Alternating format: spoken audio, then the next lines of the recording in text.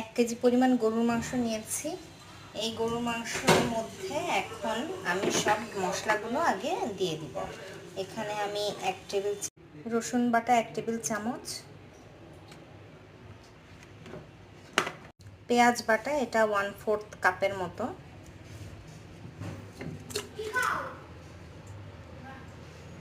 টক দই,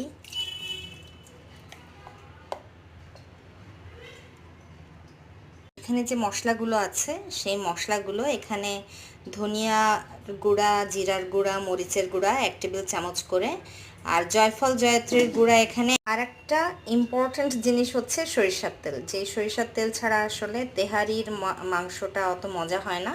তো এখানে আমি 1/2 কাপের মতো 1 টেবিল চামচ লবণ দিয়ে দিচ্ছি, পরে প্রয়োজন হলে আবার অ্যাড করে নেব। এরপর এটাকে এখন আমরা কষাতে থাকবো।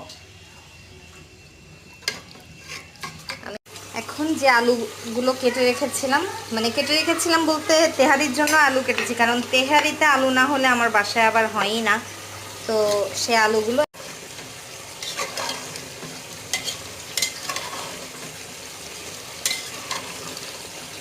অলরেডি এত সুন্দর সুগন্ধ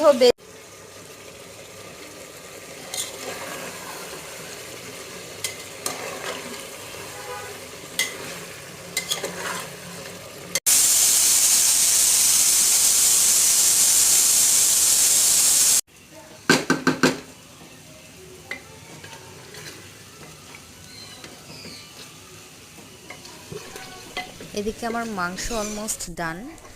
আর আমি আর এক চুলায় হচ্ছে গিয়ে পোলাওয়ের চালটা ভেজে নিয়েছিলাম। এখানে আমি 1 কেজি মাংসের মধ্যে 3 পট চাল দিয়েছি, মানে 1 কেজি চাল দিলাম। সাধারণত তেহারিতে যতটুকু চাল আর তার অর্ধেক মাংস দিতে হয়, কিন্তু আমার বাসায় আসলে বাচ্চারা অত গরু মাংস খেতে চায় না। যাক,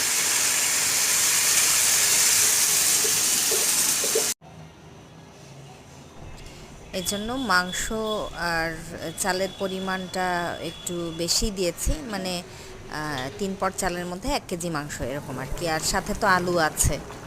তো এই তো অলমোস্ট হয়ে গেছে। এখন আমি ঢেকে রাখবো, আর লাস্টে হচ্ছে গিয়ে একটু ঘি দিয়ে নামিয়ে ফেলবো।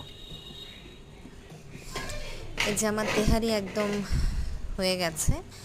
আর তেহারিটা কিন্তু অনেক ঝরঝরাও হয়েছিল। তার মূল কারণ হচ্ছে আমি প্রথমে চালটাকে খুব ভালো করে ভেজে নিয়েছিলাম, এজন্য তেহারিটা খুব দারুণ হয়েছে। তো ধন্যবাদ এতক্ষণ আমাদের সাথে থাকার জন্য।